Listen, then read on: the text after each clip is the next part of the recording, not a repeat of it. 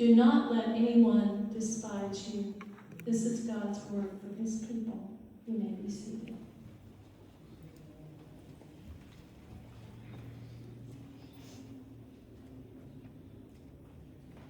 Well, good morning. Good morning. Again, get myself ready to go here. So, some of you didn't know it, but I had to go to Waterman Hospital for 3 days because of the chocolate and almonds you gave me. Said it was caused by too much chocolate in the bloodstream. So Mary, Gary, cut it out. Your sugar went up. Now, now I have to eat sugar-free chocolate and almonds. Don't say So, anything oh no, sugar-free. no. I have so much stuff everywhere I went.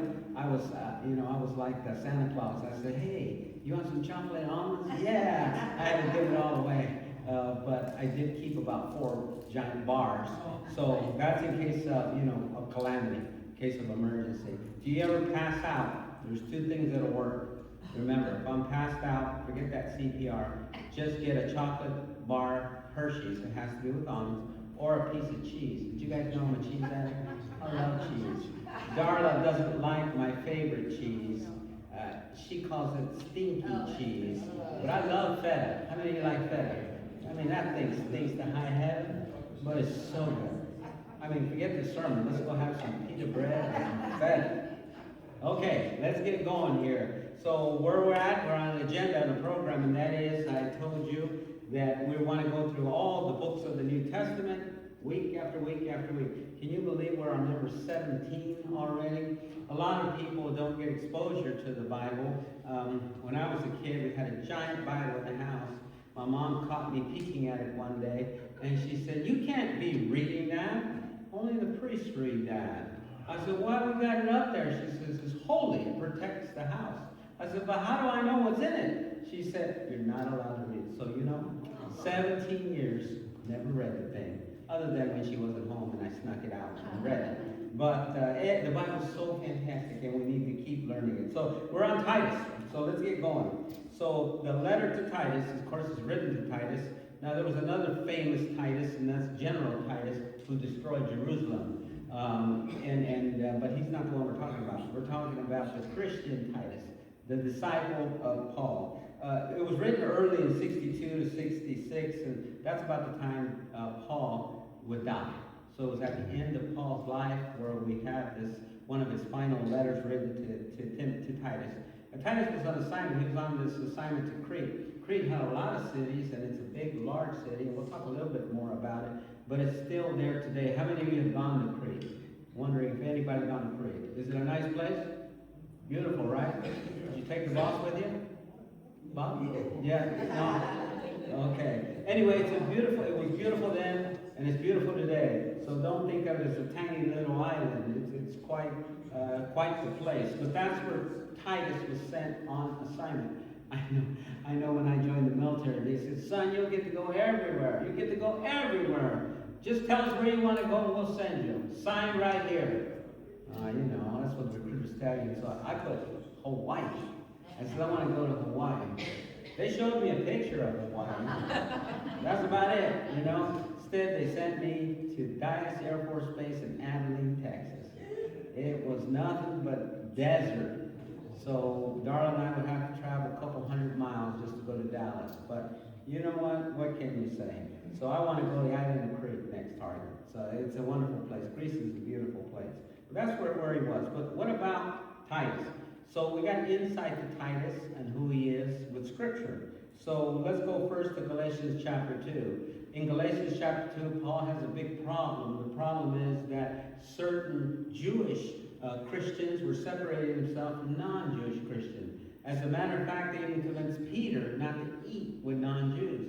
Paul gets there. He's furious that these Jewish Christians are trying to make these non-Jewish Christians into Jewish Christians by having them circumcised and following the rules of the Old Testament.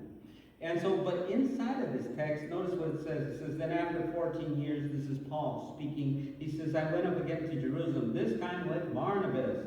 That's when he went to the council in Jerusalem to talk about, hey, tell everybody you don't have to be circumcised, and that's what the council does. But when he goes, he took Titus. Look, I took Titus along also. I went in response to a revelation, and meeting privately with those esteemed as leaders, I presented to them the gospel that I preached among the Gentiles. I wanted to be sure I was not running and had not been running my race in vain. Yet not even Titus, who was with me, was compelled to be circumcised, even though he was a Greek. So we learn inside here, Titus goes and is already with Paul, heavily involved, and Paul trusts Titus enough and wants Titus to be by his side that he takes him with him to Jerusalem. And so remember, this is before Timothy. Timothy would come along in Acts 16, as opposed to the council in Acts 15, where Paul is going. He has Titus. And you notice what it says about Titus. It says he was a Greek.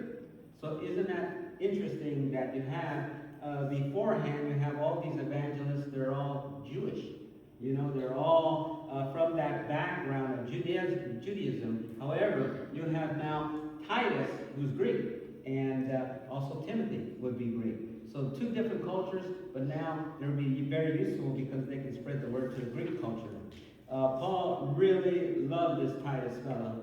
So the text says in 2 Corinthians 2 the following, Now when I went to Troas to preach the gospel of Christ, I found that the Lord had opened a door for me. I still had no peace of mind because I did not find my brother Titus there. So I said goodbye to them and went on to Macedonia. So Paul tells us that when he got to Troas and he was preaching, he just knew Titus was going to be there. And he would get to reunite. You know how you're looking for a friend or family member, you're really looking forward to seeing them, and then you get there and then you get to visit with them? Well, Paul says, hey, I had no peace. When I didn't see Titus, I was worried about him. I didn't know what he was doing. And so I told him, hey, I'm done with this. I'm going to go on to Macedonia because I saw a vision, and I'm going to cross the sea and go there. But in passing, he says, I didn't find Titus there. You know, so you can see how much he had love and affection for him. Well, it wouldn't be long he would find Titus.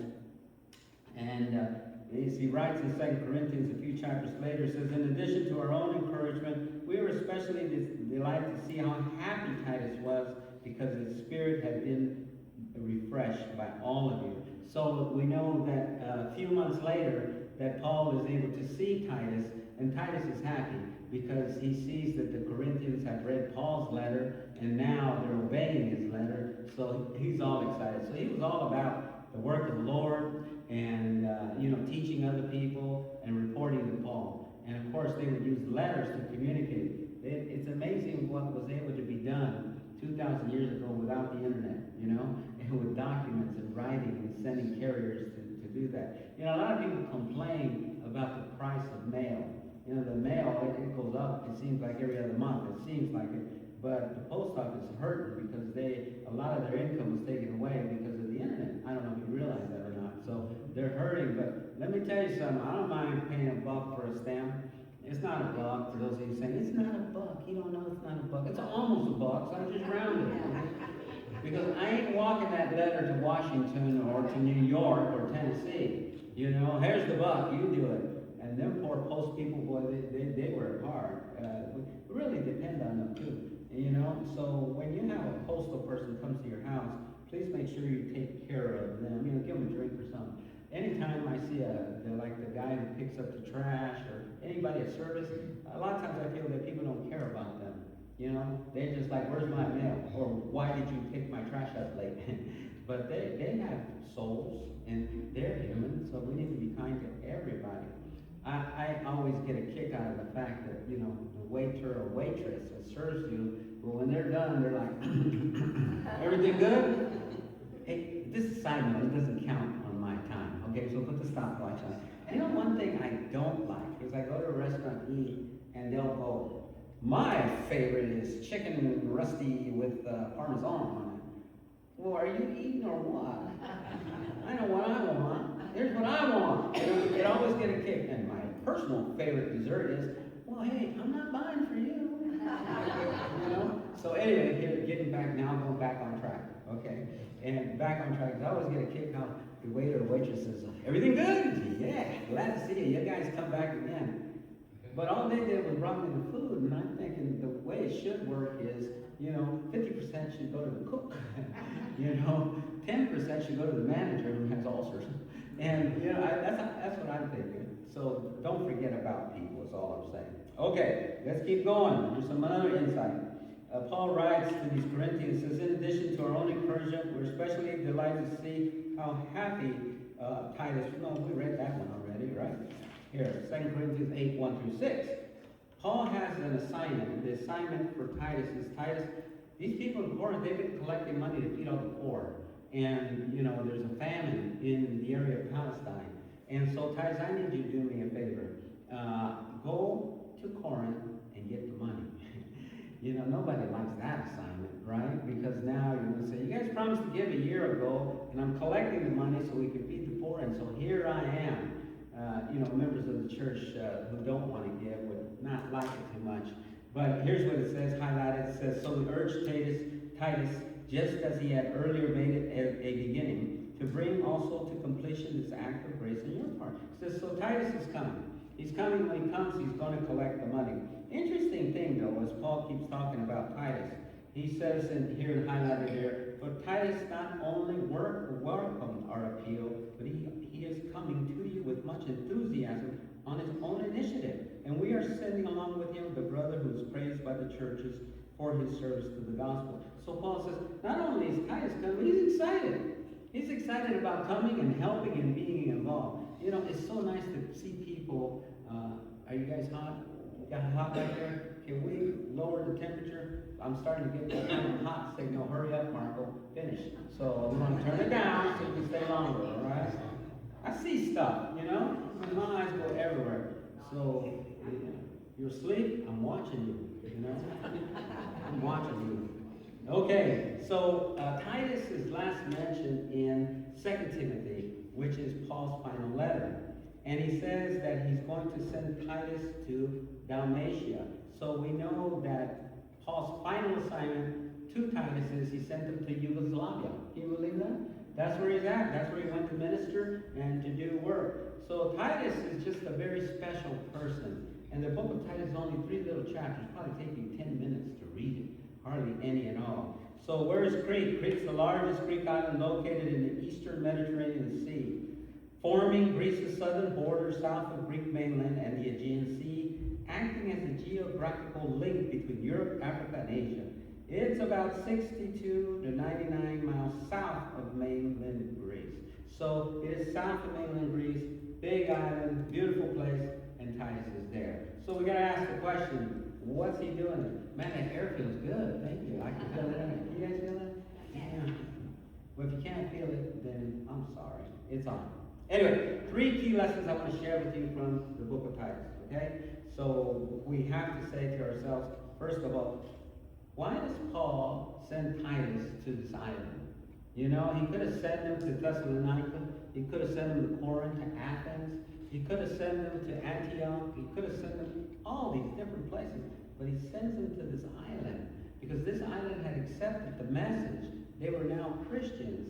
However, there's all kinds of issues in Crete. Crete was known as the place where you go, do whatever you want, with whoever you want. So it had that reputation. So here's what happens. Titus gets sent, and the letter opens up and says, the reason I left you in Crete was that you might put in order what was left unfinished and appoint elders in every town as I directed you. An elder must be blameless, faithful to his wife, a man whose children believe and not open to the charge of being wild and disobedient. Since an overseer manages God's household, he must be blameless, not overbearing, not quick-tempered, not given to drunkenness, not violent, not pursuing dishonest gains.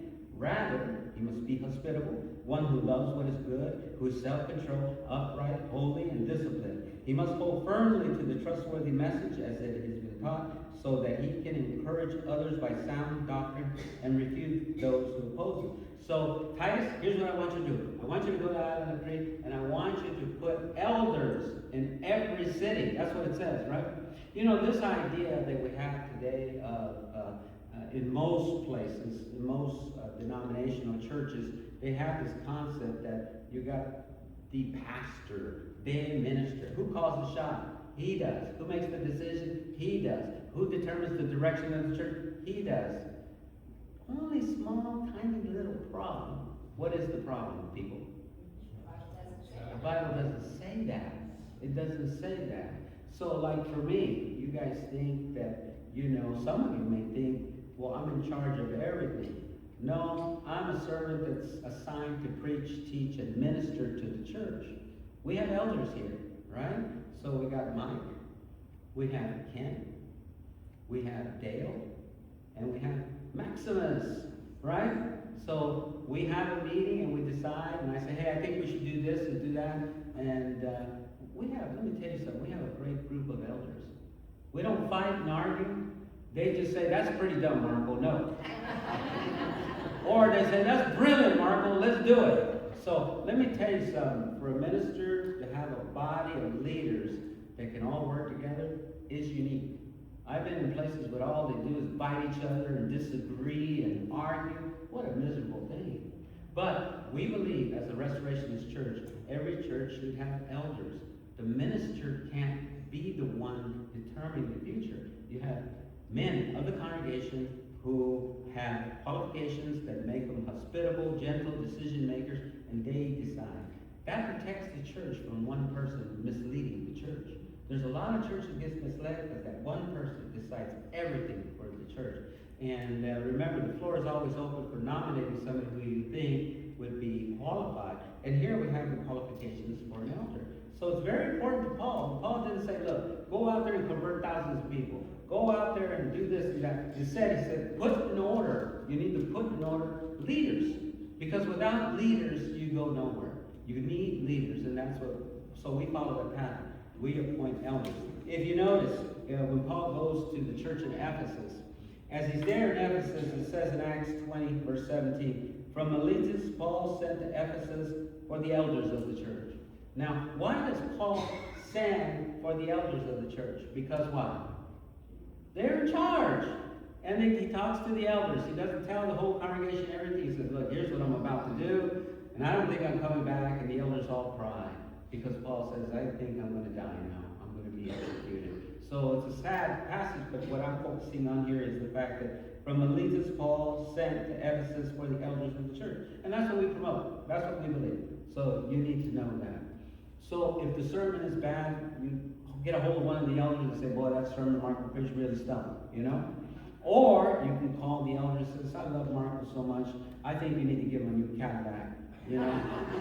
Or a new electric car or something like that. So whichever way you want to go, I'm flexible. So number one, Paul's main assignment to Titus is appoint elders in every city. And here's what you look for in these people. And that's what we need to keep looking all the time in the church. Leadership that will guide us in the right way and can guide us based on Scripture, not their opinion. Okay, number two. Titus is reminded that by Paul, it's by the grace of God that a person can change. A person can change if they realize the goodness of God. I remember when I first started studying and being taught, and people would say, we're going to study the grace of God. I'd say, well, what's the grace of God? They said, everybody knows that's unmerited favor. Married who? You say, what does the word unmerited mean? And favor, what is that? That doesn't do nothing for me. You know, you're not. That's because you're not grounded in the faith. I'm not grounded in faith, but I understand what you just said. You know how people use the term? And so they would do that. And of course, what we're saying and what we're talking about grace is God's goodness. So good to us that He made the world, created everything, gives us everything, and let Jesus come to earth to die for us. You know, that's God's goodness. When you think about God's goodness, it doesn't, the Christian way isn't that about, oh, I have to give up this, I have to give that. You know, when you love somebody, you see they love you, you'll do anything for them, right? You'll do anything because you see their goodness and you see what they do for you. You'll do anything for that movement, that group, that person. And in our case, here's what Paul says to Titus. He says in Titus 2, verse 11, for the grace of God has appeared that offers salvation to all people. It teaches us to say no to ungodliness and worldly passions, and to live self-controlled, upright, and godly lives in the present age. So how is it that you can overcome evil? How is it that you get the strength to be a different person? How is it that now you have a life-changing event? Well, you meet Jesus, and you find what He did for you, and you see the goodness of God. God's goodness is what should motivate you to say no. God's goodness is what should motivate you to live a life that's self-controlled. His goodness, when you remember how good God is. You know, a lot of people, when they're up to bad stuff, they don't want to worship or hear too much scripture or Bible. You know why? They feel guilty. They feel guilty of how they're living and their lifestyle. But it's supposed to be the opposite. When we get together, we're supposed to hear the goodness of God. I was sitting in the audience there before my time to speak, and I was thinking, I could sit there and listen to Karen and Gary and Mary sing the whole service. You know, because a lot of those songs just move you, you know, and just make you appreciate the fact of just God and worshiping God. And again, I want to thank them because they put a lot of work and effort into that. You know? I showed up with my wand to instruct them, and they broke it and said, "Get out of here." So I said, "Okay, no, that's not the case." It's really helpful. It reminds us of the goodness of God. The goodness of God is what helps you. A lot of people think that Christianity is just, you know, command, you know, restricting you. It's not, because of God's goodness. God says, this is good for you. For those of you who have children or grandchildren, you know, you always encourage them to do good, you know, and you hope that your influence is so powerful upon them that they will listen to you, and you remind them. And so a lot of times, like our country, the United States, so many people beat it up and say how bad it is. Let me tell you something, there's no country on the face of the earth like the USA.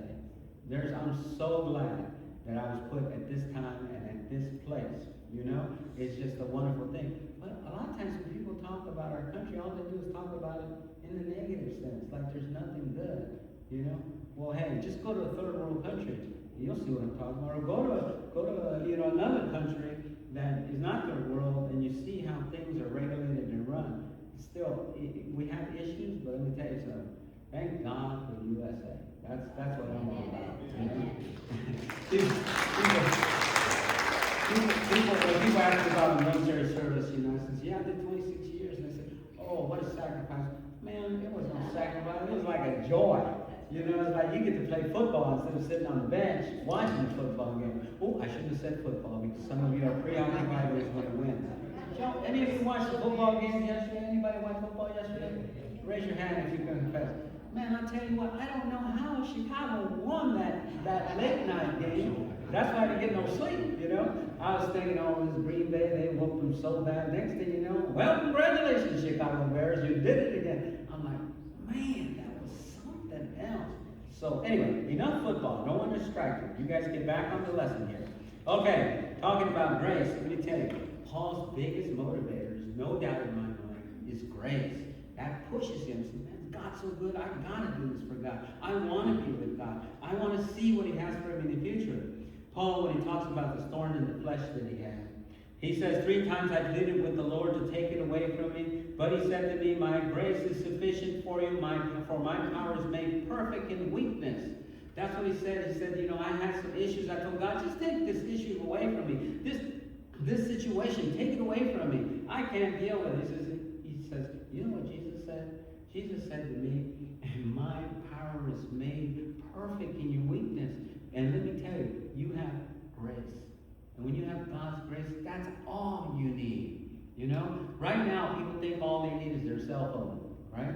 You can do so many things with it. Man, God does not compare to that cell phone. He's way above that.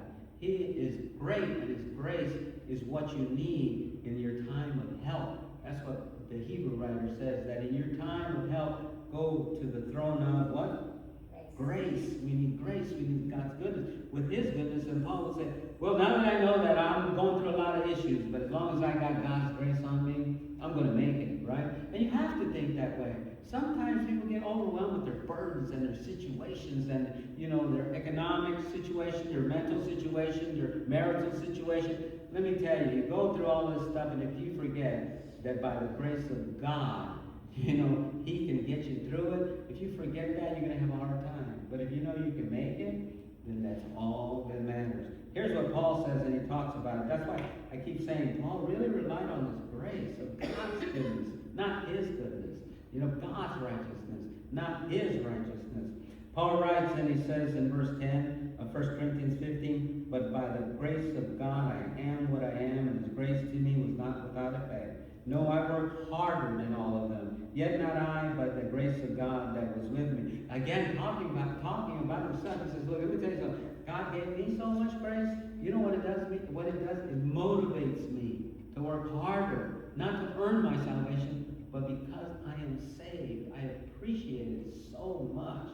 You know how when you go to a restaurant and you see somebody waits on you and they're so happy to wait on you and go above and beyond. Every 2 minutes they're putting more water or more soda in your drink. They're saying anything else. You know that person's happy. You know they appreciate your job. And you appreciate the fact that they show it. Well, it's the same thing with us. People should see in us this fact that we're so grateful what God has done for us, and they see it in our lives. They want some of that, right? They want that.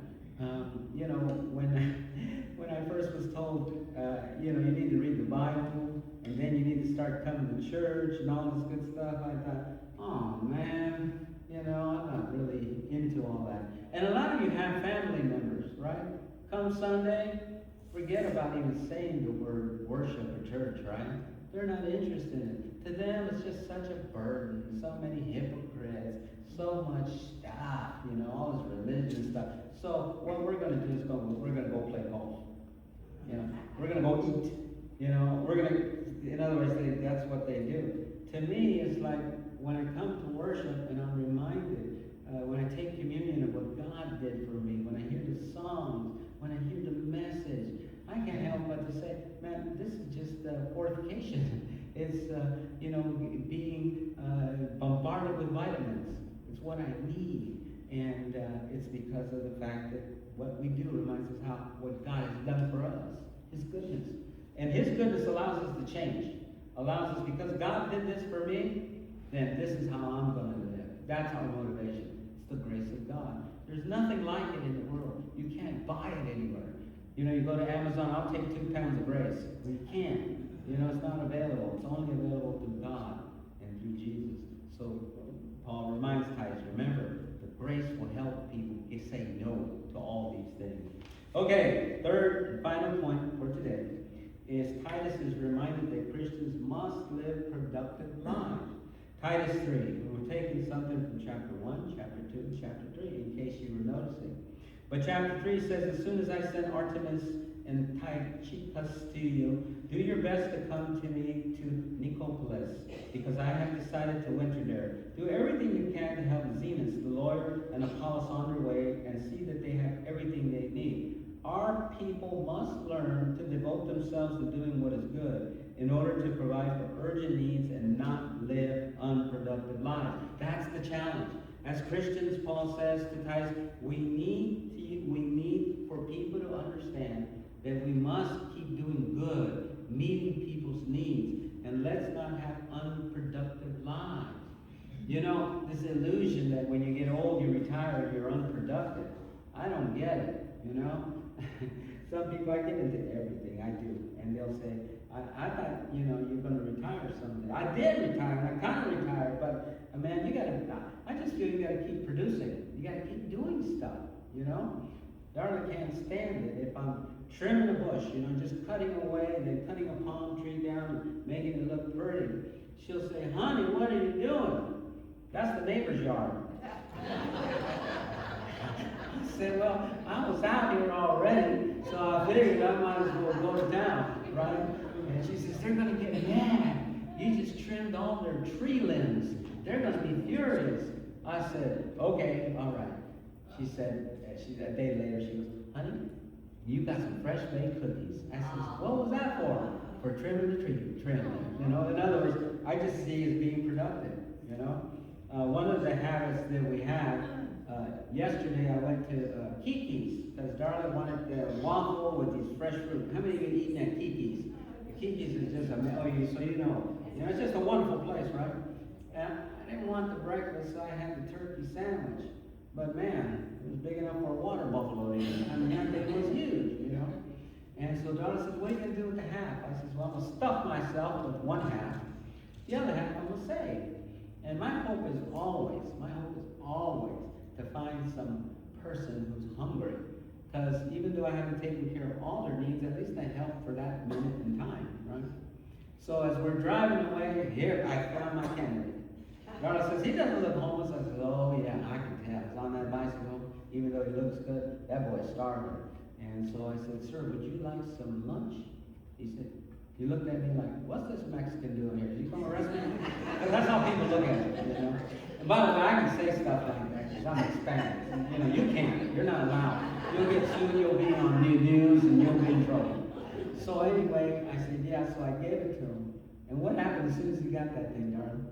Oh, he started eating it. He went to town. He was on the street, you know. There's cars going by. It's like, I don't care. He swallowed that thing. It's so nice because we might as well use what we have. And if it's extra, anyway, why not help somebody else, right? Why not help somebody? When you got extra clothes, what are you doing hanging in your closet? You say, I got 300 outfits. How many do you wear? 3? Well, then get rid of 297. Bring them to the clothing closet. Mike and Nancy are going to get me for that because they probably think, now you overloaded us. But what I'm saying is, whatever you have to use, whether it's a talent, a skill, or an asset, then use it to be productive. Help people with it. And Paul says to Titus, they need to devote themselves to doing what is good. They got to be productive. Notice the passage we already read in 2 Timothy 2 talking about the grace of God. But it says here, while we wait for the blessed hope, the appearing of the glory of our great God and Savior, Jesus Christ, who gave himself for us to redeem us from all wickedness and to purify for himself a people that are his very own, eager to do what is good. That's what we are. We're the people eager to do what is good. You ever meet somebody who don't care, don't want to help you? You know? Geez, Louise, there's one lady, I don't know if I told you this last week or not, but it was my birthday. Now, I'm not wanting gifts, please don't take it. But I wanted my Publix gift, which was the free cake, you know? But I didn't have that email thing, so I said, ma'am, can you punch my number in, and can you see if I got the free cake? No. You don't have the email, you get no cake. What? I want the cake. I want that cake. And I said, you can't help me. Nope, can't help you. You don't got the email, too bad. And I said, ma'am, how come you got such a bad attitude? You know, you're not helpful. You should be helpful. She looked at me like, get out of here, you know. So I said, so I went to a young lady who was there, and I said, can you punch my number in and see if I got a free cake? Why, sure. Helpful, right? She punched it in. She says, yes, sir, you go get your cake. It's free. I said, that's what I'm talking about, you know. So I went and picked up my cake. They got those bar cakes. You guys know what I'm talking about? Oh, they're so good. I went and got my bar cake. And I checked out and everything, and I thought, you know, she really needs to know that she's very unproductive. And I thought, let it go, Marco. You got your cake. Yeah, I know, but maybe she treats somebody else like that, so don't let it go. I said, okay, you're right, Marco. You know, you guys ever talk to yourself like that? Like any psychiatric treatment? It's normal. It's normal. Or you're like Marco, abnormal. I don't know what to say. But anyway, I go up there and I said, ma'am, I got my cake. I said, you see that young lady over there? She was so kind. She was able to punch my number and tell me I have my cake. Now I have my cake. And she looked at me. I thought she was going to spit bullets. And she said, I wish to apologize for my bad attitude. I said, whoa, that was really good. Have a good day. I'm having a good birthday, you know. But what I'm saying is you can tell when somebody is helpful, right? And cares. And you can tell when somebody doesn't care. And so the Bible says that we need to be eager to do what is good. Just be eager to do what is good. And we have so many people here that that's what they are. Notice this as a side comment here about productive lives. Paul is writing to Titus, and he says, you appoint elders, and you deal with these people who are troublemakers. But they're not only troublemakers. Look at what he says here. He says, this is what people say of those who live on the island of Crete. He says, one of Crete's own prophets had said it. Cretans are always liars, evil brutes, and lazy gluttons. Man. And Paul says, this saying is true. And Paul jumps in there. He says, therefore rebuke them sharply so that they will be sound in the faith. So he says, when people are in the church, when people are Christians, you got to rebuke them. Can you imagine somebody coming to you and saying, you know what I think about you? You're a liar, you're an evil brute, and you're a lazy glutton. Oh my goodness. Oof. I ain't coming to that church no more. But that's what Paul did. He told Titus, go out there and you tell them. Why did he tell them that? Because he had people in the church who were acting like the people in society. They didn't care. They were thinking about themselves. You know, they eat, get drunk, and are lazy and don't want to do anything. It's really nice. It's really nice to see so many people helping. Yesterday we were invited to Unity Church's Appreciation to Workers Day. And Darla said, we need to have one of those here too, because we have so many workers. But it was great, and so they had all together, you know, they had like 30 people that got appreciated. But that's how you get ahead, is by everybody doing something and helping. So it was wonderful. Not to mention that the catered meal was really nice too. You know? They made a homemade banana cream pudding. Is that what it is? Oh man, that was so good. That's why I didn't go to sleep last night. I was up. I'm telling you, it was good. Anyway, you remember what Jesus said. He taught about the parable of the talents. In other words, the parable about money. One person got so much, the other one got a little bit less, and the other one got just very little. And so the first two, they used their money and they were productive with the money.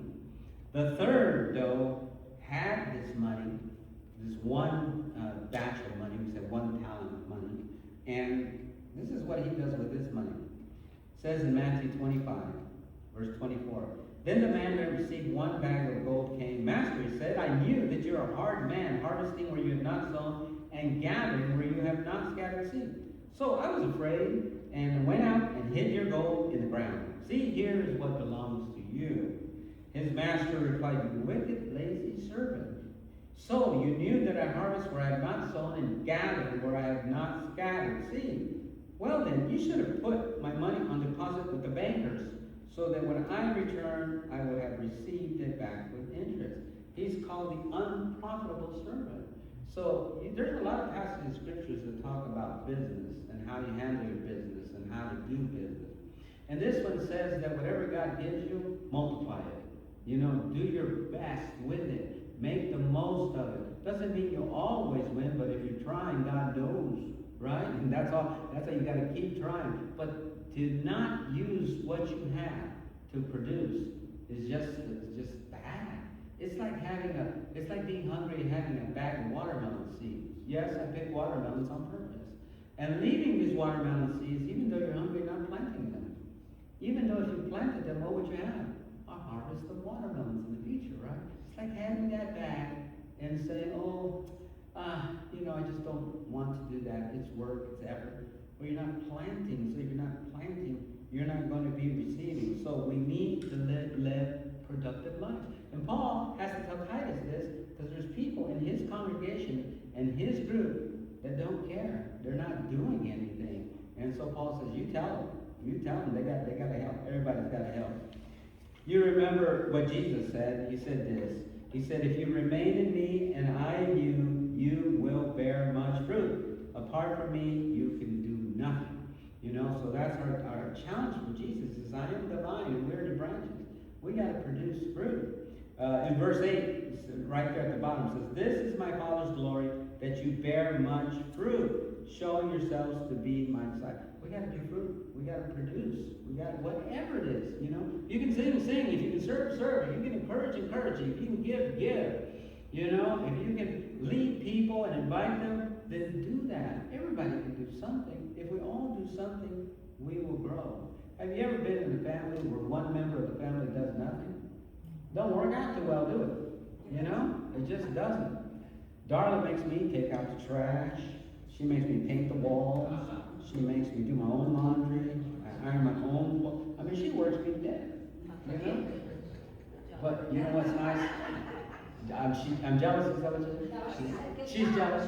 You know, and God, but let me tell you stuff. I don't worry hardly about anything. When we first got married, I said, look, you take care of the kids, you take care of the house, and I'm good. And it's been that way. Now the kids are all gone and everything. But man, our house always stands at attention, you know? It's so irritating though, like I told you, she's become like me. You know? She'll say, these cookies are 3 days old. You haven't eaten them. Give me a break, honey. It might take me 7 days. Well, after 3 days, the label says they're expired. And so you got to eat your cookies, you know. So she's on me, you know. And anyway, we got a good thing because I just think, and this is one of my 30 principles of success, which you've heard me preach the whole series on. I believe that the more organized your house is, the better percentage of having peace. You know, if you fix things that are broken, you have peace. If you just do away with stuff that's not useful, you have peace. Getting things to all work is just wonderful, you know. Andrea knows me. She'll say, hello, I'm calling because I need Marco the plumber. I said, okay. Hello, need Marco the electrician. I ain't doing no electricity. You know, call somebody else. Hello, shrubs are looking kind of big. Andrea's also a slave driver too. You know? So anyway, but we got a thing because Andrea really protects this place.